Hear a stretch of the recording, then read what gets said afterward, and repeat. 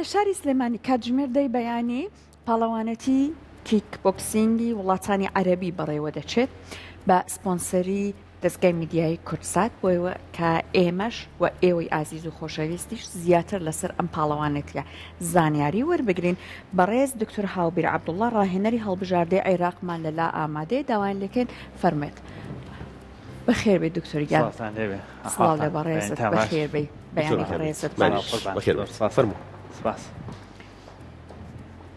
فەرمۆ بەخێر بێ دکتۆریان دووبارە بەخێر بێ دکتۆر. دکتۆر پاڵەوانەتیەکە بۆمان باس بکەیت کە زانیاریەکان لەسەری چییە کێ بەشداری تیاکە؟ پێشەکی دەستۆژیتان لێکم سپاسی کەناڵ جوانەکەی کورساتەکەم زۆر سپاس بۆ بەرنامە جوانەکەتان. سپاس بۆ بەڕێز. ئەم پاڵەوانەتی هەموو ساڵێک ئەکرێت. ئەم پاڵەوانەتی با بڵێن پاڵەوانەتی وڵاتە عەرەبیەکانە بە نوسخەی 14هەم هەموو ساڵێک لە وڵاتێک لە وڵاتەکانی عەرەبی ئەکرێت. بەس خۆشبەختانە ئەم ساڵ هەوڵماندا بهێنە شاری سلێمانی کە یعنی فیدباکێکی زۆر گەورەی هەیە لەسەری لە ڕووی ئەو یاریەوە کە خەڵکانێکی زۆر متابعی ئەکات و خەڵکانێکی زۆر حەزی لێیە ئەم یاریە ببینێت. ئەم پاڵەوانەتیە ئەم ساڵ بە بەشداری 8 وڵاتی عەرەبی کە لە شاری سلێمانی لە ناو زانکۆی سلێمانی بەڕێوە دەچێت. ئەیتر ئەم لەسەر ئەم پاڵەوانەتیە 3 سیستەم یاری تێئەکرێت کە سیستەمی کەیوەنە لەگەڵ سیستەمی فول کۆنتاکت و سیستەمی پوینت فایتینگ یعنی سیستەمی جیاوازە بە کوڕان و بە کچان. باشە لەسەر سیستەمەکان یەک تۆز ڕوونکردنەوە جیاوازیەمانە چییە؟ خۆی ئەوەی ڕاستی بێت یاری کیک بۆکسین 7 سیستەمی هەیە. سیستەمێکیان کە پێی ئەڵێن کەیوەن ئەویش ئەوەیە کە مەسەلەن یاریزان ئەتوانێت بەدەست و خاش بەکاربێنێت، کەیوەنەکە ئەتوانێت ئەژنۆش بەکاربێنێت، زائیدەن قاچ لە خوار کەمەر بەکاربێنێت. سیستەمی فول کۆنتاکت کە تەنها ئەم یاریزانی کەیوەنە بێ شۆرت لە پێ بکات. سیستەمی فول کۆنتاکت ئەبێ پانتۆڵێکی یاری لە پێ بکات ئاوا بتوانێت قاچ بەکاربێنێت. دەست و قاچ بە هەمان شێوە بەکارهێنێت تەبعاً لەگەڵ دەستکێش و پارێزەری قاچ و ئەم شتانە. ئەم یاریزانەکە ئەتوانێت تەنها لە کەمەر بەسەرەوە دەست و قاچ بەکاربێنێت. قاچ ناتوانێت ناتوانێت لە قاچ بات قاچ بەکارهێنێ بەس ناتوانێت لە قاچ بات. سیستەمی پوینت فایتینگ ئەوش سیستەمێکی تازەیە کە یاریزانەکان کە حاڵی حاضر لە ئەوروپا و لە جیهان زۆر احتیمامی پێ ئەیەن. ئەویش ئەوەیە کە ناتوانانی یاریزانەکەی بەرامبەرە عزیێت بێ تەنها لەمسی ئەەکەیت و ئەگەر با بڵێن زەر بەکە یا قاچەکە بە شێوازێکی دروست بوو یەکسەر خاڵێکە بۆ ئەنووسرێت. یعنی داوەری ئەمە سەخت نییە؟ زۆر سەختە. بەڵامتر لەبەر ئەوەی جانبی سەلامەتی زیاترە لە سیستەمەکانی تر بۆیە لە ڕووی لە ئەوروپا و لە ئەمریکا و خەریکە وردەور دێتە وڵاتە عەرەبیەکانیش زۆر بایەخی پێدەن. بەڵێ دکتۆر سەبارەت بە پاڵەوانەتیەکە کەی دەست پێ ئەکات؟ ئەمڕۆ سەعات کاتژمێر دەست پێ ئەکات ئیتر ئامادەکاریەکی باشی بۆ کراوە. چەند ڕۆژەخایەنێت پاڵەوانەتیەکە؟ بۆ ماوەی 3 ڕۆژ. بۆ ماوەی 3 ڕۆژە یاریەکان چۆنە بێت؟ ئەوانی کە حەز بە بینینی ئەم پاڵەوانەتیەکەن و حەز بە بینینی یاریەکانەکەن چۆن سەردان بکەن؟ زۆر دەستخۆش بۆ پرسیاری حەزەکەم هەنە ڕوونکردنەوە بم بۆی خەڵک بتوانێت کە بە ئاسایی بێت. یەکەم شت ئەم یاریە بە بلیت نییە، هەموو کەسێکی ئاسایی ئەتوانێت بێت. دووهەم شت ئەم پاڵەوانێتی ئەوەیە کە لە ناو سپۆرت سەنتەری زانکۆی سلێمانی کەمپی نوێیە لە ڕێی قلیاسان هەموو کەسێک ئەتوانێت ئامادە بێت. بەیانیان سەعاتدا هەتا 6-7 ئێوارە بەردەوام ئەبێت. بەڵام ڕۆژی کۆتایی کە دەکەوێت ئەکاتە ڕۆژی شەممە 5 یاری پرۆفیشنەڵ بەڕێوە ئەبین وەکو شوویەکی زۆر گەورە. خۆشبەختانە کورتسات ئەمە یەکەم کارمانەیە لەگەڵیان کاری دووەممە لەگەڵیان بیکەین کە بەو شێوەیە بکرێت و کە فیدباکێکی زۆر باشی هەیە لەسەری 5 یاریزان لە وڵاتەکان چونکە ئەمە پاڵەوانێتیە بەس ڕۆژی یەکەم ئەگە یاری بەرێت و ئەچێتە یاری پێش کۆتایی. یاری پێش کۆتایی بباتەوە اینجا یاری کۆتایی یاری ئەکات. واتە هەر یاریزانە 3 یاری ئەبێ بەلای کەمەوە. هەنێک کێش هەیە زۆرن هەڵبژاردەکان هێناوێنە چونکە هەموو هەڵبژاردەکان بە کێشە تەواوەکان نەهاتوون لەبەر ئەوەی تکتی سلێمانی زۆر گران بوو. خەڵک ئەو یاریزانانە هەوڵیاندا ئەو تیمانە عەدەدەکانیان کەمکەنەوە بتوانن بێن چونکە یا ئەوایە بچنە هەولێر لەوێشەوە بە ئاسانی نەهاتن هەنێکمان ڕۆشتنە هەولێر یعنی ئێمە هەر لەوێ خەڵکمان بە پاس هێناوە و ئەرکی زۆر بە بەڵام ئەوە بۆ هۆکاری ئەوەی دابەزینی ژمارەی بەژاربووان هەڵبژاردەکان هاتوون بەڵام بە کێشی کامل نەهاتوون ئەم یاریە 12 کێشە مەسەن هەڵبژاردە هەیە بە 12 کێش هاتووە لە بەرەوەی نزیکە وەکو ئوردن و سووریا و فڵەستین بەڵام ئەوانەی مەغرب و مەسر و جەزائر نەخێر نەفەری کەمتر بووە یەمەنە دوورە کەمتر بووە وەکو هەڵبژاردەی عێراق بەشداریکردنی لە پاڵەوانەتیان چۆنە هەڵبژاردەی عێراق بە 54 کێش بەشداری کردو لە هەر سێ سیستەمەکە لە کوڕان و لە کچان ئامادەکارێکی زۆر باشکرا هەر خۆم لێرە سەرپەرشتی کەمپی ڕاهێنانیانمان کرد هەر لە شاری سلێمانی بوو لە چەند شوێنێک لێرە بە بەردەوامی هەر سیستەمێکمان کردە خۆشبەختانە خەڵکانێکی زۆر بوونە هاوکارمان کە توانیمان لەو شوێنانە ڕاهێنەکانیان بەردەوام بێت لەناو شاری سلێمانی ئامادەکارێکی باشی بۆ کراوە لە ڕووی هونەری و لە ڕووی تەکنیکیشەوە باشە باسی ئەوەت کرد کچانیشی تیا هەیە بارودۆخی کچانی وەرزشکارمان چۆنە لەم وەرزش مام ناوەندە لە هەنێ ڕۆ زۆر باشن لە ڕووی ئەوەی کە بەردەوامن لە ڕاهێنان بەردەوامن لە کۆڵ نەدان حەزیان لێ بەڵام یەک کێشەی بەسیتمان هەیە ئەم یاریە پێویستی بە احتکاک هەیە پێویستی بەوەی بەرامگەر بوونەوەی یاریزانی تر بن لەبەروی کەمی ژمارەی کچەکانمان ئەوەنە زۆر نییە تۆزێ با بڵێن ئەزمونیان کەمە ئەمە چەند ساڵێک کە هەڵبژاردەی عێراق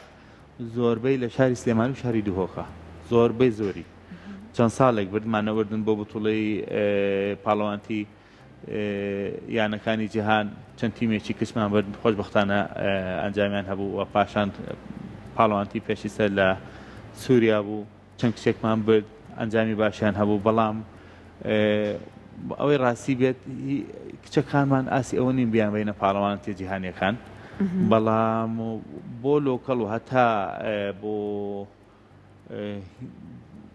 با بڵێن تا پاڵەوانتی عەرەبیش خراپ نییە ساڵی 2021 لە شاری دوهۆک بوو هەمان پاڵەوانەتی کچەکانمان بە تیمی دووەم بوو زۆر باش زیاتر بە وەرزشی کیک بۆکسین بۆ کچان بدرێت بڕواتە کچێکی زۆر زۆر ئەم یاریە کات من حەزەکەم هەر شتێکی بەسیت باسکەم لەسەر ئەم یاریە خەڵک وا ئەزانێت مەسەلەن ئەم یاریە تەنها لێدان و ئازێددانە نەخێر کەسانێکی زۆر هەیە ئێستا هەتا کچ بۆ جەستەی خۆیان یاری ئەەکەن یاری کیک بۆکسین تاکە یاریە کە لە ماوەیەک یەک کاتژمێرە 600 بۆ 800 کەلۆری سوێنێ ئەو 600 بۆ 800 کەلۆری مقابل بەوەی تۆ سەعات و نیوە بۆ 2 سەعات تەنها ڕاکردن بکەی کە یاریەک لەوە چێ بێزارکەر بێ بەڵام ئەم یاریە دوو سوودی هەیە جگە لەوێ لە شولارێکی ڕێکت پێ ئەبەخشێت فێری هونەرێکیش دەکات کە ئەتوانی چۆن بەرەنگاری لە خۆت بکەی دڵنیا بە ئێمە پرۆژێکمان تەقدیم کرد بۆ ئەو کەمپی باریکە کە ئەو ئافرەتانی کە لە دەست داعشەوە ڕایان کردبوو ئەم پرۆگرامەوە های لێ هات کە بۆ هۆی ئەوەی یەکێتی کیک بۆکسینی جیهانی خۆی سپۆنسەری بکات خۆی خەڵک بنێرێت جگە لەوە وەها ڕێیان بە یەکێتی کیک بۆکسینی جیهانیدا کە بێت یاریێکی ئۆلۆمپی ئەوەنە کاریگەری هەبوو لەسەر مجتەمەعی دەولی بۆ ئەم یاریە ئەم یاری چی کرد وهای لەو ئافرەتانە کرد کە متمانە بە خۆیان بکەنەوە چونکە لە زروفێکی نالەبارەوە هاتبوون ئێرە هیچ سخیان بە خۆیان نەبوو ئەو زوڵمە و هینە لەلایەن داعشۆ لەیان کرابوو کە بینیمان ئەم یارێ وردە ئاها وا لەو ئافرەتانەکە کە ئەوەنە متمانە بەخۆ بێ ئەوەنە بتوانن بەرەنگاری ڕەگەزی تر بن ئەوەنە بتوانن ئاعتیمادکەنە سەر خۆیان کاریگەریی زۆری هەبوو ناوێکی زۆر زۆر گەورەی دایەوە لە هەموو جیهان یعنی چەند پرۆگرامێکی با بڵێن NGO-کرا لەسەر ئەوە شتێکی زۆر دڵخۆش بوو من خاوەنی بیرۆکەکە بووم بەڵام زۆرم پێخۆش بوو کە ئاوهای لێ هات چەند ساڵێک ئێستا لەم فترێ بەتەمان یەکێتی کیک بۆکسینی جیهان سەردانی سلێمانی بکات و خۆی بڕات سەردانی ئەو کۆمپانە بکە ئەوە یانی شتێکی زۆر دڵخۆشکەرە بۆ من بەڵێ دکتۆر ئەمە سەبارەت بە توانای یاریزانە کچەکان بەسەمان کرد بەگشتی توانای یاریزانەکان چۆنە بۆ بەشداریکردنیان لەم پاڵەوانەتیە و پاڵەوانەتەکانی ترا. من حەزەکەم چەند ڕوونکردنەوەی لەسەرەوە بەم ئێمە چەندین ساڵە هەڵبژاردەی عێراق بەلای کەمەوە با بڵێن لە 100 تا 20 بۆ 30 یاریزانی کوردە. چەندین یاریزانمان هەیە لە ڕووی ناوخۆ و نێودەوڵەتی و با بڵێن قاڕی و جیهانی ئەنجامی زۆر زۆر باشی هەیە، زۆر دڵخۆشکردن. ساڵی پار 2 یاریزانمان بوون پاڵەوانی ئاسیا کە لە شاری سلێمانی ڕۆشتن. من خۆم 11 ساڵ یاریزانی هەڵبژاردەی عێراق بووم، 5 جار بەشداری پاڵەوانتی جیهانم کرد، 2 جار سێم بووم، جارێک دووەم بووم، جارێک یەکەم بووم لە 2014. ئیتر خۆشبەختانە ئەوە بۆتە ڕێچکەیەک بۆ هەموو کوردەکان کە بتوانن ینی وەکو ڕاستە لە ڕووی مادیەوە ئەو باشەنین، بەڵام لە ڕووی حەز و خولیاوە کوردێکی زۆر زۆر حەزی لەم یاریەیە و ئەنجامی زۆر زۆر باشمان هەیە. ئەمجا لەم پاڵەوانێتە بە تەسەوڕەکەم خۆی با لە 100 تا 30 کە یاریزانەکانمان کوردن و دڵنیاشم ئەنجامی زۆر باشانە بێت. ئیشەڵڵا بەو شێوەیە بێ. بەڕێزت باسی ئەوەت کرد ئەمە 14هەمین جارە کە ئەم پاڵەوانەتی ساز ئەکرێت لە وڵاتانی دیکەش بووە بۆ ئەوەی کە ئەم شانسە بدرێت بە وڵاتێک پاڵەوانەتێکی لەم چەشناتیە بەڕێوە بچێت ئەبێت کۆمەڵێک ئیمکانیت کۆمەڵێک ستانداردی هەبێ وا هەبوو لەبەر ئەوەی کە ئێوە ئەم شانسە بتوانن بەدەست بهێنن ئیمکانیەتەکانتان بەرفراوان کردوێ، شوێنی تایبەتتان دروست کرد دەبێت کۆمەڵێک بڵێ ئامادەکاری لەم چەشنەوەی کرد ئەمە نەیتر بارودۆخەکە لە کەمپی نوێی زانکۆی سلێمانی باشتر بێ بۆ ورزشەکە؟ وەڵڵاهی ئەوەی ڕاستی بێت من چونکە خۆم مامۆستایەکەم لەو کۆلێجە زۆر هاوکارم بوون وەکو کۆلێجی پەروەردەی وەرزشی توانەجەستیەکان وەکو یەکێتی کیکبۆکسینی عێراق و سلێمانی شوێنێکی تایبەتمان نییە کە من چەند جارێ داوام کردووە کە شوێنێکی تایبەتمان هەبێت وەکو ئەکادیمیک وەکو پێگەیەک تەنها بتوانین یاریزان دروستکەین بەداخەوە. ئێستا شتەکە بەرەو بزنس ڕۆشتووە، تەنها ئەوەی بیوێت ئەم یاریە فێر بێت زۆربەی کات ئەبێ بڕاتە جیمەکان و مەبلەغێکی زۆر پارە بات بەس بۆی فێری ئەم یاریە بێت. ئەوە ڕووی باشی خۆی هەیە، بەڵام ڕۆ خراپەکەی ئەوەیە کە ئێمە چەندین یاریزانمان هەیە لە ڕووی مادی و توانای نییە، ناتوانێت بێت کە ئێمە پێویستمان بەو کەسانە هەیە. من لێ ناشارمەوە کەسە شەڕخەرەکان، کەسە ئازاکان کە حەزیان لەم یاریە لە گەڕەکە هەژارەکانن، پارەی ئەویان پێ نییە بچنە جیمێکی با بڵێن تۆزێ باش و ڕاهێنەرێکی باشی لێ بڕۆن لێ بەشداری بکەن. من وەکو خۆم چەندین پرۆژەم تەقدیم کردو، حەزم کردو شوێنێک هەبێ وەکو پێگەی وەکو ئەکادیمیەک کە بتوانین بێ بەرامبەر ئەو خەڵکە بهێنین فێری یاریان بکەین، دڵنیام ئەنجامی زۆر زۆر باشی ئەبێت. یعنی ئێمە ئێستا مەسەلەن ئەگەر بمانێ بتوڵەیە بکەین جارێ بێ 5-6 کتاب بۆ چەند شوێنێکی جیاواز بکەین، ئایا ڕازێ بن، ئایا ڕازی نابن، ئایا هاوکارمان نەبن، ئایا هاوکارمان نابن، چونکە لیژنەی ئۆلۆمپی هی کوردستان بواری مادی زۆر زۆر خراپە، یعنی بە هیچ شێوەیە ناتوانن هاوکاری هیچ چالاکیە بکەن. ئەمە یەک. دوو هەم لەم لا هاتوین ئێمە ئەچینە هەر شوێنێک داوای پاراکەن کە حەقی خۆیانە. ئەمەش یعنی ئەوە نەیتر ئیشەکان قورسەکاتەوە، بەڵام ئەلحەمدولیلا تا ئێستا توانیمانە لە 2017 تا ئێستا 5 پاڵەوانەتی عێراق لە سلێمانی کراوە. ئەمە یاریی پرۆفشناڵمان کرد ساڵی 2018 کە هەر کورسا سپۆنسەری میدیایی بوو. ئەوەی کە دڵی خۆشکردم لەو پاڵەوانێتی کە ئاخر کورسا سپۆنسەری بوو پڕ بینەرترین بەرنامە بووە. یعنی ئەو فیدباکانەی کە ئەو کەسانەی خۆمان کە لێرە ئیشەکەن و پێیان نام ینی زۆر دڵخۆشکرد بوو. زۆر حەزم لە ئیشێکی جیاواز بوو، ئەو یەکەم جار بوو کە شتێکی لە عێراق بکرێت. ئەو ئەجنەبیانەی کە هێنا بووم لێرە بەشداری پاڵەوانتەکانیان کرد کە من لەگەڵ کێتیەکی جیهانی تەنسیقم کردبوو، پێیان وتم بە زۆر ئەترسان بێنە عێراقەوە، ئەنوت کە هاتن مۆڵتان هەیە، ئێوە شوێنی جیاوازتان هەیە، ئەو ئوتێلەکانتان جوانە، یا ئەم شتانە ئەو فیدباکانە زۆر نەبوون کە ئەدوت عێراق و هین ئەیانوت بۆمب مەشاکل، ینی لەوە ترسان لە دەرەوە ئەو فیدباکە زۆر هەیە لەسەر ئێمە. بەڵام دوای ئەوەی کە ئەوە بوو یەکسەرێکێتێکە پەیوەندی پێوە کردم وتی ئەگەر تۆ یەک یاریزانە دوست ئێمە سید بۆ نێرین، ئەوەنە فیدباکەکان باش بوو، ئەوەنە خزمەت کرانە و خەڵکە و ئەوەنە ڕوویەکی جوانی سلێمانی و کورسانمان پیشاندا. بەڵێ دکتۆر بەرەسان مامۆستای زانکۆن بە شێوەیەکی ئەکادمی لە زانکۆ و پەیمانگا وەرزشیەکانە تا چەند گرنگی بەم جۆرە وەرزشانە گیراوە؟ من وەکو خۆم هەمان ماداڵێمەوە لە زانکۆی سلێمانی لە پەیمانگاکانیش چەندین ڕاهێنەری بەتوانامان هەیە چەندین با بڵێن خۆی وەرزشکار بۆ دوایەوە بە شێوازێکی ئەکادمی کۆلێجی تەواو کرد و ئایا ماستەری خوێند بە دکتۆرای خوێند بێ من خۆشبەختانە چەندین هاوڕێی خۆم هەیە کە پاڵەوانی نێودەوڵەتیە و لە هەمان ڕووشۆ مامۆستایە یعنی ئەوە دوو هۆکاری باشی هەیە یەکەم خوێندکارەکە سێری مامۆساکەیەکە پاڵەوانێکی دیارە کە ئەزانێت ئەم کەسە باشترین و چاکترین بەرهەمی پێڵێت پێگەێنێت و ئەوەش وا لە خەڵکەکە بێت بەرەو ئەم کۆلێجانە ئەکرێ بڵێن بوونی ئەم پاڵەوانێتیانە و